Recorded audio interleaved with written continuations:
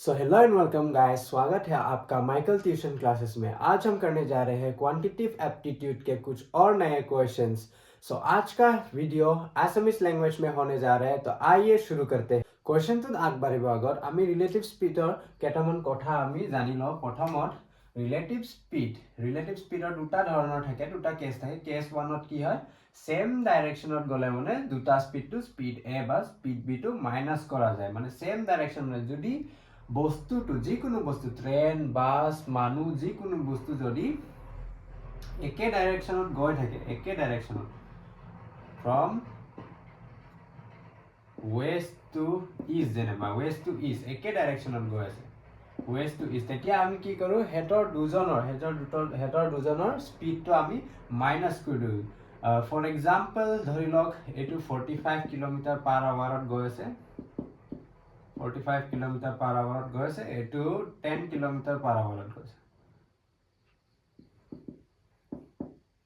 তেতিয়া আমি কি কৰিম, সেই দুজনৰ স্পীডটো, এইটো দুটাৰ স্পীডটো আমি মাইনাছ কৰি দিম। 45 মাইনাছ 10 কৰিলে আমি কিমান পাম, 35, তেনেকৈ আমি মাইনাছ কৰি দিম। আৰু যদি কেছটো কি কৈছে, অপজিট ডাইৰেকশ্যন মানে ওলোটাকে, এজনে এ চিধা আহিছে এজনে এ চিধা আহিছে, যদি এনেকা কেছটো হয় তেতিয়া কি কৰিম, আমি সেইটোত হেতৰ দুজনৰ স্পীডটো আমি প্লাছ কৰি দিম। ফৰ এক্সাম্পল ইয়াৰ স্পীডটো যেনিবা 45 কিলোমিটাৰ পাৰ আৱাৰ আৰু ইয়াৰ স্পীডটো যেনিবা 10 কিলোমিটাৰ পাৰ আৱাৰ, তেতিয়া আমি কি কৰিম, 45 প্লাছ 10 কৰি দিম ইকুৱেলছ টু 50 হৈ যাব। তেনেকৈ ওকে। সো আমি এতিয়া কুৱেশ্যনত আগবাঢ়ি যাওঁ। ওকে, আমি প্ৰথম কুৱেশ্যনটো চাম। প্ৰথম কুৱেশ্যনত কি কৈছে, a train A and B start at the same time. Train A travels at 65 km per hour from station X to station Y, and B travels 95 km per hour from station Y to X. They cross each other at 1 hour 36 minutes. What is the distance in kilometer between station X and Y? So আমাক ইয়াত কি কৈছে যে দুটা train A আৰু train B station কৰ পৰা x আৰু ৱাইৰ পৰা, ট্ৰেইন এ জাৰ্ণিটো কৰ পৰা ষ্টাৰ্ট কৰিছে, এটা ছেম টাইম একে সময়ত ছেম টাইমত ট্ৰেইন এ আৰু ট্ৰেইন বি এ কৰ পৰা জাৰ্ণিটো ষ্টাৰ্ট কৰিছে, ট্ৰেইন এ ষ্টাৰ্ট কৰিছে এক্স পৰা ৱাই আৰু ট্ৰেইন বি এ ষ্টাৰ্ট কৰিছে ৱাইৰ পৰা এক্স লাগি। সো ট্ৰেইন এৰ স্পীডটো কিমান আছিলে, 95 kilometre per hour, 65 kilometre per hour. Train এৰ স্পীড আছিলে 65 কিলোমিটাৰ পাৰ আৱাৰ আৰু ট্ৰেইন বিৰ স্পীড আছিলে 95 kilometre per hour, 95 kilometre per hour. Train A আৰু ট্ৰেইন বি, ট্ৰেইন এ গৈছিলে এক্সৰ পৰা ৱাই আৰু ট্ৰেইন বি আহিছিলে ৱাইৰ পৰা এক্সৰ, দুটা অপজিট ডাইৰেকশ্যনত ওলোটাকে। তো মই অলপ আগত কি কৈছিলো, যেতিয়া কোনোবা অপজিট ডাইৰেকশ্যনত আহে যিকোনো বস্তু, ইয়াত ট্ৰেইন কৈছে, ট্ৰেইন যেতিয়া এনেকৈ অপজিট ডাইৰেকশ্যনত আহে আমি কি কৰিব লাগিব, তাক প্লাছ কৰিব লাগিব। সো আমি প্ৰথমে ফৰ্মুলাটো লিখি লওঁ, distance equal to speed into time. So distance আমাক বিচাৰিব কৈছে, আমি ডিষ্টেন্সটো বিচাৰো। স্পীডটো লিখি লওঁ, প্ৰথমত স্পীড এৰ আছিলে 65 আৰু আমি যেতিয়া অপজিট ডাইৰেকশ্যনৰ স্পীডৰ কেছ পাম, অপজিট ডাইৰেকশ্যনৰ পৰা অহা কেছটো পাওঁ, তেতিয়া আমি কি কৰোঁ, আমি প্লাছ কৰোঁ, প্লাছ 95 ইনটু, এতিয়া টাইমটো কিলোমিটাৰ, স্পীডটো আমাৰ কিলোমিটাৰ পাৰ আৱাৰত দি আছে, টাইমটো আমাৰ কি দি আছে 1 hour 36 minutes। আমি 1 hour 36 মিনিটছটো আমি আৱাৰত কনভাৰ্ট কৰি লওঁ 36 মিনিটছটো। সো 1 hour টো গোটাকে 1 হৈ যাব, তাৰপিছত 36টো এ 1 hour হ'বলৈ কিমান মিনিট লাগে, 1 hour হ'বলৈ 60 মিনিট লাগে। সো 60 মিনিটৰ কে ভাগ হ'ব 36টো, 36 ভাগ 60, 36 ভাগ, এইটো আমি কাটিব পাৰো নে নাপাৰো, অবভিয়াছলি আমি কাটিব পাৰো। 6 10 60 আৰু 6 6 36। সো আমাৰ সময়টো, আমাৰ টাইমটো আমি আৱাৰ্ছত পালো, কিমান পালো, 16/36 10 hours কিন্তু এটো এতিয়া মিক্স ফ্ৰেকশনত হৈ আছে আমি এটো ইম্প্ৰপাৰ ফ্ৰেকশনত কনভাৰ্ট কৰি লও প্ৰথমতে সো ইম্প্ৰপাৰ ফ্ৰেকশনত কনভাৰ্ট কৰিলে আমি কি কৰিম এ তলৰ নম্বৰটো এ সাইডৰ নম্বৰ লগত মাল্টিপ্লাই কৰিম তাৰ পাছত এ সাইডৰ নম্বৰৰ যোনটো আমি এটো মাল্টিপ্লাই কৰি আনসাৰটো পাও হে নম্বৰটো আমি ইয়াৰ লগত প্লাস কৰি দিম প্ৰথমতে 10 into 1 equals to 10 তাৰপিছত 10 plus 6 হৈ যাব 16 16 টো ওপৰত লিখিম আৰু 10 টো তলত লিখি দিম সো আমি পাই গলো 1/6/10 hour টো যদি আমি ইম্প্ৰপাৰ ফ্ৰেকশনত লিখো তেতিয়া আমি পাই গলো 16/10 hours সো আমি টাইম টো ইয়াত বহাই দিও 16/10 এতিয়া আমি প্ৰথমতে এটো প্লাস কৰি লও যেনেকা আমি কেস 1 ত চাইছিলো সৰি কেস 2 চাইছিলো যে যেতিয়া কোনোবা অপোজিট ডাইৰেকশনত আহে তেতিয়া আমি কি কৰো হেতু প্লাস কৰি দিও তেতৰ স্পিডটো আমি প্লাস কৰি দিও সো আমি এটো প্লাস কৰি লও 65 plus 95 টো কিমান হ'ব 9 10 11 12 160 160 into 16/10 সো আমি এটো গোটা গোটাকে কাটিব পাৰি আছো 10 1 যা 10 16 যা তাৰ পিছত 16 into 16 হ'ব আমাৰ 256 কিলোমিটাৰ সো আমি আনসাৰটো পাই গলো 256 কিলোমিটাৰ আহক আমি এতিয়া অপচনত চাও যে আনসাৰটো আছে নে নাই অপশন এ ত আছে 326 কিলোমিটাৰ অপশন বি ত আছে 236 কিলোমিটাৰ অপশন সি ত আছে 256 কিলোমিটাৰ সো আমাৰ ৰাইট আনসাৰ হৈ যাব অপশন সি 256 কিলোমিটাৰ ওকে এতিয়া আমি কোৱেশ্চন 2 ত চাম কোৱেশ্চন 2 টো কি কৈছে Two cars A and B travel from one city to another city at the speed of 40 km per hour and 80 km per hour respectively. If car B takes 2 hours less time than car A for the journey, then what is the distance in kilometer between two cities? So ইয়াত কি কৈছে দুটা গাড়ী car A আৰু car B car A আৰু car B দুটা গাড়ী একে টাইমত এটা সিটি পৰা এটা সিটি লৈ গৈছিলে জাৰ্নিটো ষ্টাৰ্ট কৰিছিলে একে টাইমত এটা কাৰৰ স্পিডটো আছিল কাৰ A ৰ স্পিডটো আছিল 40 kilometre per hour 40 kilometre per hour তাৰ পিছত কাৰ B ৰ স্পিডটো আছিল 80 kilometre per hour 80 kilometre per hour. So যদি কাৰ B 2 ঘন্টা আগত কাৰ A পৰা যদি কাৰ B 2 ঘন্টা আগত যদি জাৰ্নিটো কমপ্লিট কৰে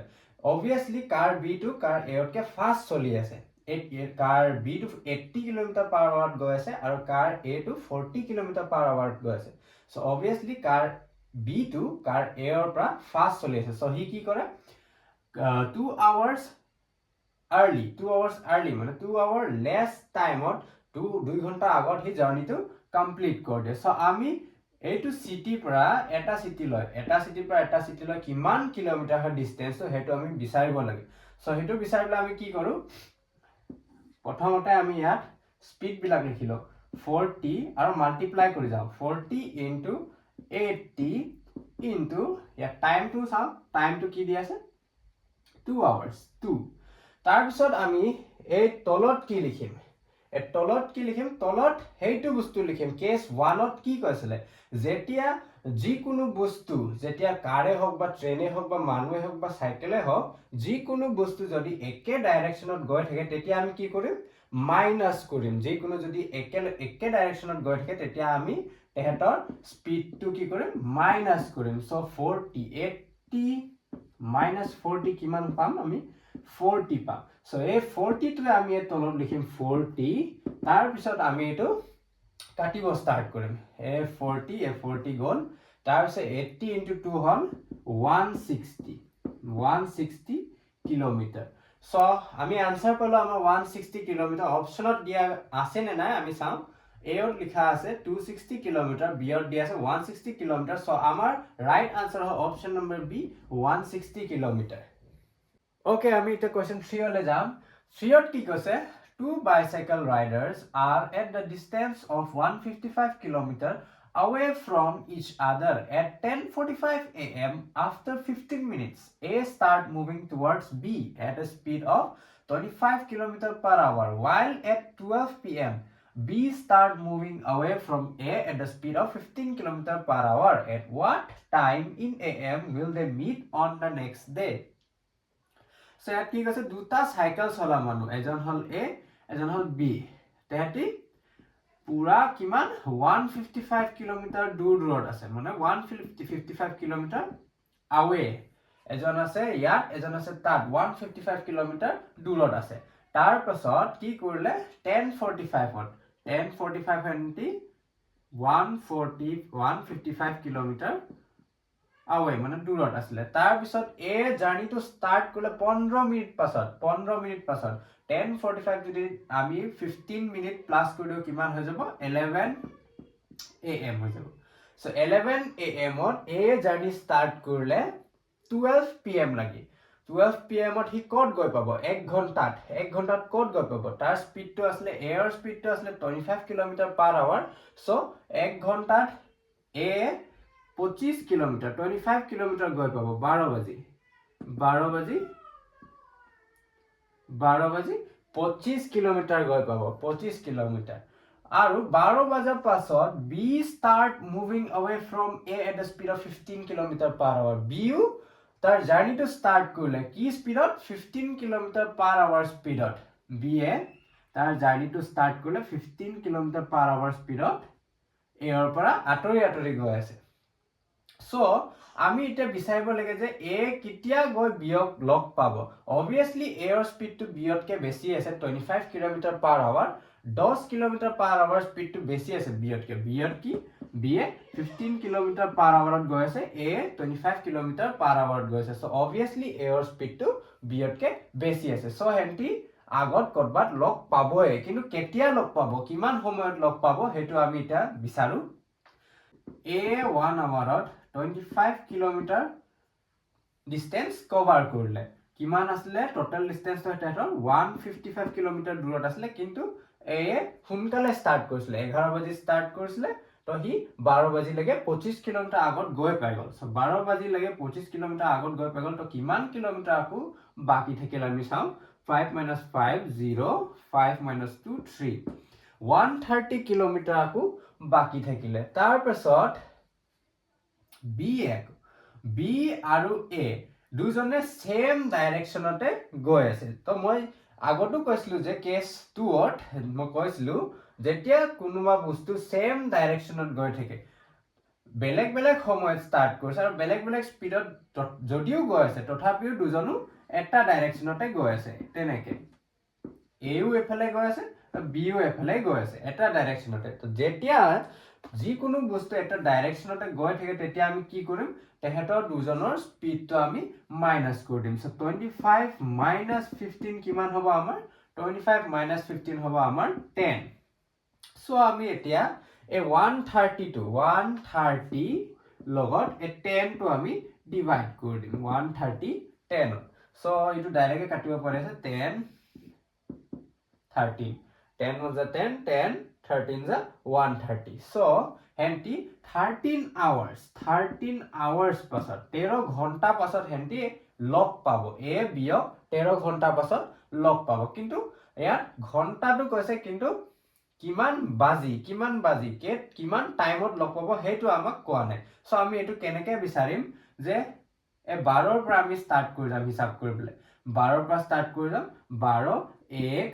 1 2 3 4 5 6 7 8 9 10 11 12 তাৰপিছত 13 টো নাথাকে ঘড়ীত হয় না নহয় 13 টো নাথাকে 12 পিছত কি আহি যায় 1 এ আহি যায় 12 পিছত 1 বাজি আহি যায় সো হেন্টি কেতিয়া লগ পাইছে 1 am ত লগ পাইছে এ বিয়ক কেতিয়া লগ পাইছে 1 am ত লগ পাইছে সো আমি অপচনত চাম 1 am আছে না নাই অপশন A ত আছে 6 am অপশন B ত আছে 4 am অপশন C ত আছে 5 am অপশন D ত আছে 1 am सो हमार करेक्ट आंसर है ऑप्शन डी 1 am सो आज के लिए बस इतना ही फ्रेंड्स जदि वीडियो तो ভাল লাগিছে তেনে হলে লাইক কৰি দিব শেয়াৰ কৰি দিব আৰু চেনেলটো সাবস্ক্ৰাইব কৰি দিব মই আগতো আপোনালোকৰ কাৰণে এনেকৈ ভাল ভিডিओ আনি থাকিম तब तक के लिए देखते रहिए माइकल ट्यूशन क्लासेस को और सीखते रहिए